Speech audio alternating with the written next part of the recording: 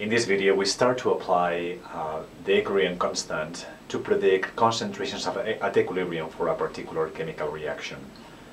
The example that we have selected is the reaction between hydrogen and fluorine in the gas phase to generate two molecules of hydrofluoric acid also in the gas phase. This is a chemical equilibrium that is characterized by this equilibrium constant, which in the long form has this value, the partial pressure of HF over 1 bar squared, and then divided over the partial pressures of hydrogen and fluorine. And then in the short form, once we eliminate the reference pressure, it has this form, and that equilibrium constant for a particular temperature has a value of 115. Now, the question that we're going to be trying to answer in this video is, suppose that we start the reaction with some particular pressures that we have, for example, 2 bar of each. H2, 2 bar of fluorine, and 2 bar of hydrofluoric acid. And then the question is, how is the system going to evolve to reach equilibrium, and what will be the partial pressures of each one of these components at equilibrium? Okay? The first question, which is how is the system going to evolve to equilibrium, is a question that we can answer by simply calculating the reaction quotient and then comparing it to the equilibrium constant. Okay, the reaction quotient is the same as the equilibrium constant, but you don't need to be at equilibrium, right? So in short form, you would have this form, okay, partial pressure of hydrogen and partial pressure of fluorine.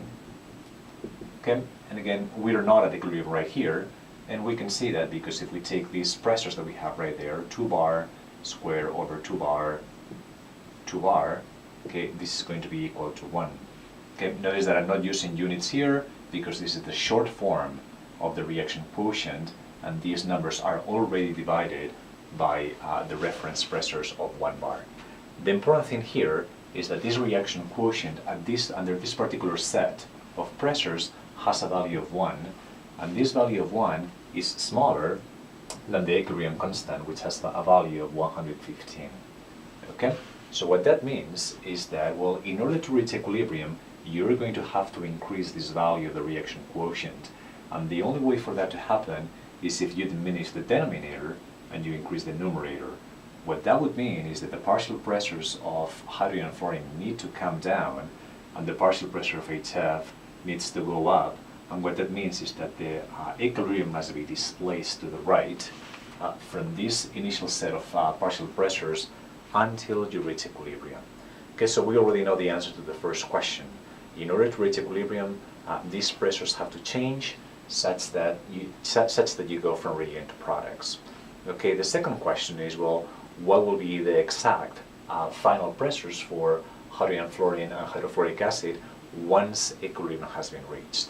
Okay, so what we know is that whatever those partial pressures are, they're going to be smaller than 2 bar for hydrogen and fluorine and higher than 2 bar for hydrofluoric acid, because again we know that the equilibrium must be displaced to the right, okay, and that is the change that you expect for the pressures. Now, the specific calculation of the pressures at equilibrium, we can do that with something that is called an ICE diagram. Okay, and the ICE diagram looks like this.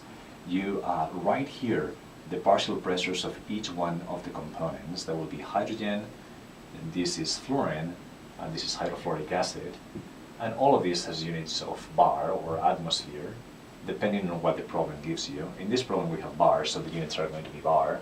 And then what you have here is rows, on which you're going to draw the initial pressures, the change in the pressures, and then the equilibrium pressures. This is called an ICE diagram because the first letter will be I, C, E, that is ICE. Okay, so our goal for the rest of the video is to fill in this ICE diagram with the corresponding pressures, and then see how we can use those to predict what the pressures at equilibrium will be. All right, the initial pressures. The initial pressures are those given by the problem. Right, for H2, we will have that this is equal to 2.00 bar. For F2, this is equal to 2.00 bar. And for HF, that is also 2.00 bar. Okay? Now the question is, what is the change? This is something that we don't know. but we can just ascribe it as an unknown, right? We know that a fraction x of H2 has to react to generate HF.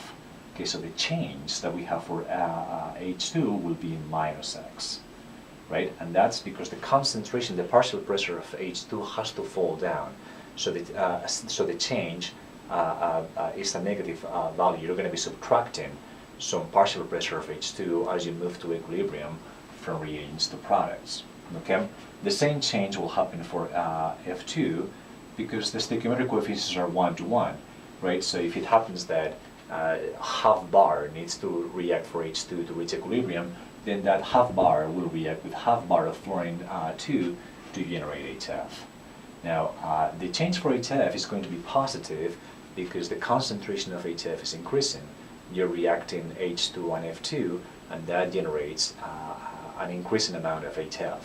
And notice that the stoichiometry says that for every mole or molecule of H2 that you react, you generate 2 molecules of HF, right? So the change for H2 and F2 are minus x, then the change for HF has to be 2x, right? So that is the rho regarding the change.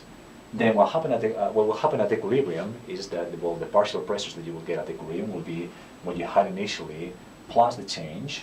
That is what happens. That is the resulting value at equilibrium, right? So at equilibrium you will have that for H2 you will have a pressure of 2 bar, what you had initially, minus whatever has reacted. Then for fluorine you will have what you had initially minus whatever has reacted. And then for HF you will have what you had initially plus what has been generated in the reaction. Okay? All right, so notice that if we are able to find what this unknown x is, then we will be able to find exactly what the pressures at equilibrium are. The question is, how do we find that x? Well, we're going to find it because we already know what the value for the equilibrium constant is. It's a value of 115. So then what we can do is use this value of the equilibrium constant, which has this expression, and then in these partial pressures that we have in the equilibrium constant, simply plug what we have as the equilibrium partial pressures in our Ice diagram, right? So what happens here is that the value of K, which is this, now we're simply going to be plugging in the partial pressures for each one of the components emerging from the Ice diagram, right? So for HF, we'll have that the pressure will be 2.00 plus 2x squared.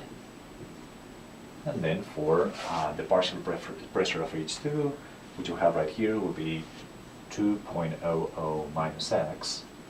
And the partial pressure of F2 will be 2.00 minus x. And this has to be equal to 115. Okay, so notice that we are left with a system with one equation with one unknown that we actually can solve relatively easily. Okay, so in the rest of this video, we're simply going to deal with the algebra for that equation, solve for x, and once we have x, then we will be able to definitely tell what the pressures will be at equilibrium. Right, so let's see how we do that. Notice that what we have here is something that is called a perfect square. All right, we can take the square root of everything, and when you take the square root of this, it's simply going to be left at that.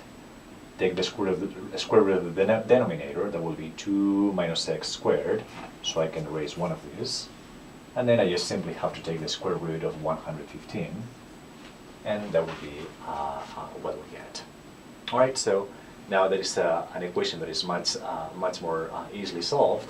And when you do that, you find that x happens to be 1.53. Okay. That is the value of that x that we didn't know, and we have found out with the value of the equilibrium constant. Okay, so now we can come back here to the Ice diagram and then fill in the actual values of the partial pressures at equilibrium, right? So notice that we draw here the E for equilibrium rho. Then we'll have 2.00 minus x. That is going to give you a value of 0.47 bar. And then this one will be the same thing for F2, 0.47 bar. And then we will have 2.00 plus 2x. If x is 153 twice that value is going to be 3.06 plus 2 is going to be 5.06 bar. Okay? All right, so this is the result of our ice diagram calculation, and then this predicts what should be the partial pressures of each one of the components at equilibrium if we start with 2 bar of pressure for each one of them. There is one check that we can actually carry out here to verify that our calculations are correct, and that is to now use these partial pressures that are at equilibrium and see if we can recapitulate the value of the equilibrium constant, right? What we can do then is say, well, if this is true, then the equilibrium constant with those values, which will be something like this, right? So we will have 5.06 squared divided over 0.47. And 0.47, this should recapitulate the value of the equilibrium constant of 115. In this case, we're actually losing one significant figure, right? So we don't know if it's going to be 110 or 120, but when you actually do this with two significant figures, the value that you get is 1.2 10 to the 2, which is 1.20, and again, we don't know what that significant figure is. We don't have that, but you can clearly see that within significant figures, this calculation is exactly the same as that one, so our calculations seem correct. Okay, so let's summarize what we have done in this video. In this video, we actually have seen how you can predict the direction of change quantitatively for a chemical equilibrium by computing the reaction quotient.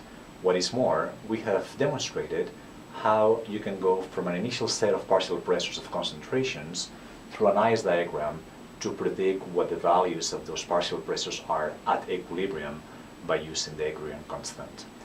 In the next following videos, we are actually going to look at more complicated cases for these ice diagrams that will illustrate the level of complexity that calculating concentrations at equilibrium can exhibit.